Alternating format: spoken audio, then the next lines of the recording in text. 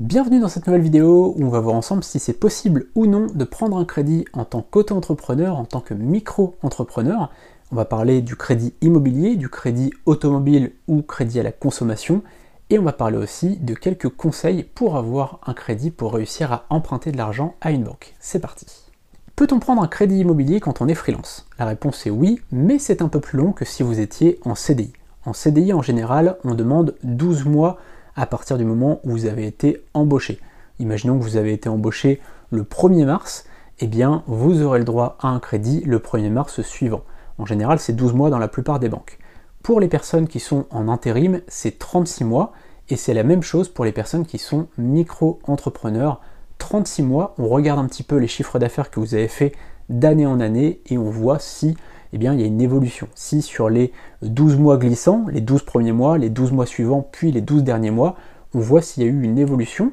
Si c'est toujours un petit peu pareil, si c'est un peu lisse, c'est plutôt bien. Si on voit que ça augmente, c'est encore mieux. Si ça augmente de mois en mois ou d'année en année, c'est encore mieux. Si par contre on voit que c'est en dents de scie, là ça risque de poser problème. Alors évidemment, juillet-août, les banquiers savent bien que juillet-août, il y a toujours une petite baisse, ou à certaines périodes de l'année, mais globalement sur l'année, si c'est à peu près lissé d'une année sur l'autre, ou si ça augmente d'une année sur l'autre, ça va vraiment être bien pour vous. Par contre, si on voit que la première année, vous avez fait 20 000, la deuxième, vous avez fait 10 000, et la troisième, vous avez fait 12 000, non seulement ça va pas être très élevé, mais en plus de ça, ça va être un petit peu en dents de scie, vous voyez, c'est pas assez fluide. Par contre, si vous faites 25 000, 25 000, 25 000, ou 25 000, 27 000, 32 000, là c'est plutôt pas mal.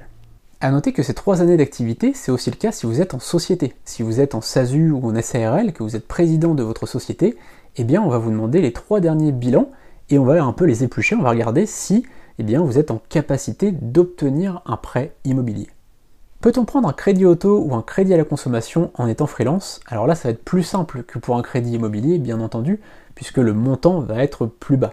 Alors évidemment, si vous demandez une voiture à 60 000 euros, là, ça va peut-être poser problème, ça va peut-être être un peu plus compliqué.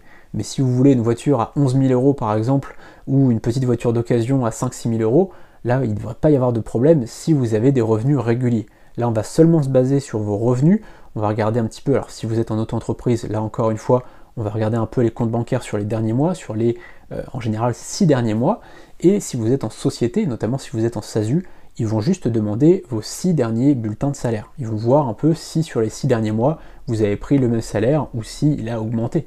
Évidemment, s'il a baissé ou si ça fluctue, c'est un peu compliqué, mais si c'est toujours le même salaire, imaginons que vous preniez 2 000 euros de salaire tous les mois, si vous demandez un prêt pour une voiture à 10 000 euros, il n'y aura pas trop de soucis en général. Surtout, peut-être qu'ils demanderont quand même un bilan ou deux pour s'assurer, pour assurer le coup, mais en général, ça le fera. Si vous avez des salaires qui sont stagnants, on va dire, ou qui sont augmentants, il ne devrait pas y avoir de problème si vous demandez une somme qui n'est pas considérable. Si c'est une petite somme, ça devrait le faire très facilement.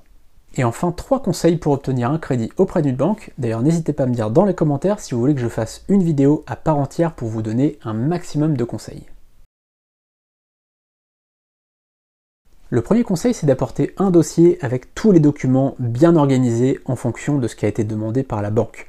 Si vous avez tous les documents, que vous n'oubliez rien, que tout est bien organisé, que vous avez un sommaire, ça va faire déjà un premier point positif. C'est-à-dire que le banquier ne va pas vous voir comme un touriste qui vient demander son prêt, il va vous voir comme une personne organisée, comme une personne qui sait ce qu'elle fait. C'est-à-dire que vous arrivez avec votre dossier, il n'y a pas de papier manquant, tout est organisé, tout est dans le bon ordre, il y a le sommaire qui dit voilà, page 1, page 2, page 3, etc. Tout est organisé. Deuxième conseil, avoir des comptes aussi propres que le dossier que vous allez apporter à votre banquier. Si vous êtes rarement à découvert, déjà c'est une bonne chose. Voire pas du tout à découvert, c'est encore mieux, mais il y a plein d'investisseurs immobiliers ou plein de gens qui achètent une voiture et qui sont de temps en temps à découvert, c'est pas forcément un problème.